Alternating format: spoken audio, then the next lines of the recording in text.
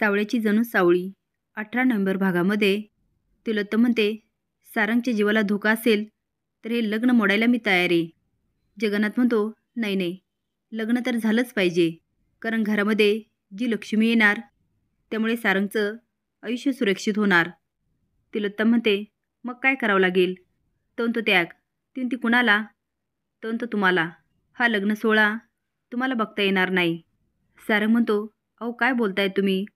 तिलोत्तम म्हणते, सारंग तू थांब, तुझ्यासाठी मी काही पण करू शकते. ऐश्वर्या म्हणते, ह्या जगन्नाथचा काय डाव आहे? याला अस्मीचं सत्य सगळ्यांसमोर आणायचं आहे का? तिलोत्तम म्हणते, सांगा जगन्नाथजी, काय करायचं? जगन्नाथ म्हणतो, एक पूजा आहे, जोपर्यंत नवरा नवरी घरात येत नाही तोपर्यंत तुम्ही करायची. सारंग म्हणतो, थांब आई. सावली पण लग्नासाठी तयार होते आणि विठ्ठलासमोर हात जोडून असते आणि म्हणते, विठ्ठला, मी या घरातून गेल्यानंतर माझ्या आपूची, आई वडिलांची आणि दादा वहिनींची तू काळजी घेशील. सारंग जगन्नाथला म्हणतो, दुसरा काहीतरी मार्ग शोधा. आई, तू लग्नामध्ये मला माझ्याबरोबर हवी आहेस. तिलोत्तम म्हणते, मी आयुष्यभर तुझ्यासोबत राहणार. आज तू हट्ट नको करू, मला शब्द दे. मी जरी लग्नामध्ये नसले तर तू लग्नाला उभा राहशील. तो बोलायला लागतो. तिलोत्तम म्हणते, माझं ठरलंय. गुरुजी, तुम्ही सांगा काय काय करायचं? जगन्नाथ म्हणतो, मी आधीच ठरवलं.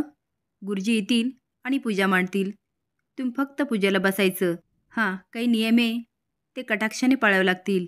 पूजेला बसल्यानंतर कुणाशीही बोलता येणार नाही, सगळ्यांशी संपर्क तोडावे लागतील आणि मोबाईल पूर्णपणे बंद. चंद्रकांत म्हणतो, जगन्नाथजी, हे सगळं अति होतं असं नाही वाटत का तुम्हाला? ऐश्वर्या म्हणते, आय एम सो सॉरी, पण तुम्ही यामध्ये एक्सपर्ट आहात ना, मग तुम्ही काहीतरी बेटर सोल्युशन द्या ना जगन्नाथजी. जगन्नाथ म्हणतो, तेच तर केलं आहे, सगळ्यात सोपा आणि उत्तम उपाय सांगितला आहे.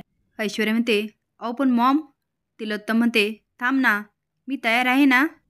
रडवेले तोंड करत म्हणते, मी आहे तयार, आपण करू, काहीच हरकत नाही. आता जगन्नाथ अलकाकडे बघतो आणि ती स्माईल करते. जगन्नाथ फोन करून म्हणतो, गुरुजी कुठपर्यंत आला? बरं हो, मी सांगतो. आता ऐश्वर्या शॉक होते, ह्यांनी पहिलेच नियोजन केलं. जगन्नाथ म्हणतो, 15 मिनिटात गुरुजी येतील. तिलोत्तम म्हणते, तुम्ही जा सगळे, उगाचच उशीर नको, मी थांबते घरामध्ये. सरुताई, तुम्ही थांबताल माझ्याबरोबर प्लीज? सारंगकडे बघत म्हणते, जा तू. चंद्रकांतला म्हणते, प्लीज तुम्ही सारंगची काळजी घ्याल, तो मानाला होतो. ऐश्वर्या मनात म्हणते, माझे फासे मला खूप जपून टाकावे लागतील. आता जगन्नाथ निघून जातो, त्याच्या मागे सगळे, आणि तिलोत्तमा फक्त बघत राहते. अस्मी छान तयार होते, तिचे डमी आईवडील तिच्यासोबत असतात. ती त्यांना म्हणते, आता तुमचा चॉईस, माझ्याकडून राहायचं की त्यांच्याकडून जायचं. तेवढे ते गाडी येते आणि ऐश्वर्याचा फोन येतो आणि ती म्हणते, त्या गाडीत बस, तुला लग्नाच्या हॉलपर्यंत कुठलाही प्रॉब्लेम येणार नाही याची काळजी मी घेतली आहे. अस्मी गाडीकडे बघते आणि स्माईल करून म्हणते, थँक्यू, आणि म्हणते, चला. गाडीत बसतात आणि गाडी निघून जाते. इकडे सावलीचे घरचे आनंदात गाडीजवळ येतात. आप्पू आवाज देतो, तायडे चल ना ग, उशीर होतोय. आता सावली येते, तेवढ्यात तिलोत्तमाची गाडी येते. तारा आणि ती गाडीतून उतरतात. तिलोत्तम म्हणते, कुठे निघालात? जयंती म्हणते, आधी ग्रामदेवतेला आणि नंतर सावळीच्या लग्नाला. अय्या, तुम्हाला इन्व्हिटेशन दिलं नाही का? भैरव म्हणते, हे लग्न होणार नाही. कुणाला विचारून लग्न ठरवलं? त्या दिवशी कार्यक्रमाला वेळेवर नाही आली. लग्न झाल्यानंतर असाच उशीर केला तर? त्यामुळे सांगते, हे लग्न होणार नाही. आणि जर लग्न करायचं असेल तर करा, मी अजिबात अडवणार नाही. पण अप्पूच्या आजारपणासाठी जो काय खर्च केला तो व्याजासकट आत्ताच्या आत्ता हातावर ठेवायचा आणि नंतर लग्नाला जायचं. एकनाथ विनंती करत असतो. तेवढ्यात जगन्नाथची गाडी येते. तर भैरवला म्हणतो, काय टोल घेता की काय? भैरव म्हणते, आमच्या मॅटरमध्ये नाक खुपसायला सतत तुम्हाला यायचंच असतं का? तो तर नाही हो, जरा बाजूला येतं का, थोडंसं बोलायचं होतं. दोघं बाजूला जातात. जगन्नाथ म्हणतो, तुम्ही जे बोलता ना ते अगदी बरोबर आहे. मी या गोष्टीवर खूप विचार केला आणि नंतर वाटलं मी सावलीची उगाचच बाजू घेतोय. आता जगन्नाथ नमला म्हणून भैरवी कुच्ची स्माईल करते. तो ते कशामुळे झालं माहिती आहे का? माझ्या मोबाईलवर एक व्हिडिओ आला आणि नंतर मी ठरवलं, थांबा तुम्हाला दाखवतो. तर भैरवीला सावली आणि ताराचा व्हिडिओ दाखवतो. आता भैरवीच्या पायाखालची जमीनच सरकते आणि ती हात जोडते. जगन्नाथ म्हणतो, हे ठीक आहे आणि कायम असंच राहायचं आणि सावलीचा नाच सोडायचा. तारा म्हणते, आता सोडा, हे लग्न काय होत नाही.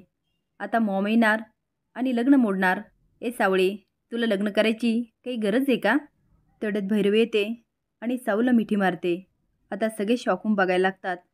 भैरवी म्हणते, सावली, तुझ्या पुढील आयुष्यासाठी खूप खूप शुभेच्छा. बाळा, कायम खुश राहा. तारा म्हणते, मॉम, हे काय बोलतेस तू? अगं, तू तर सावलीचं लग्न मोडायला आली होतीस ना? ती ताराचा हात पकडते आणि ओढतच घेऊन जाते. एकनाथ जगन्नाथला हात जोडून म्हणतो, हे जे काय झालं ते फक्त तुमच्यामुळे. जगन्नाथ म्हणतो, जे नशिबात असतं ना ते होत असतं. देव सगळं ठीक करतो. एकनाथ म्हणतो, साऊ, त्यांचा आशीर्वाद घे. आता सावली लगेच जगन्नाथच्या पाया पडते.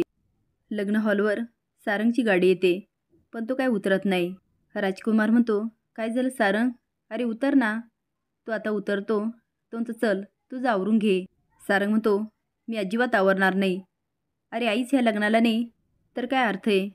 पण अमृता म्हणते, हे लग्न अगदी वाजत गाजत होणार.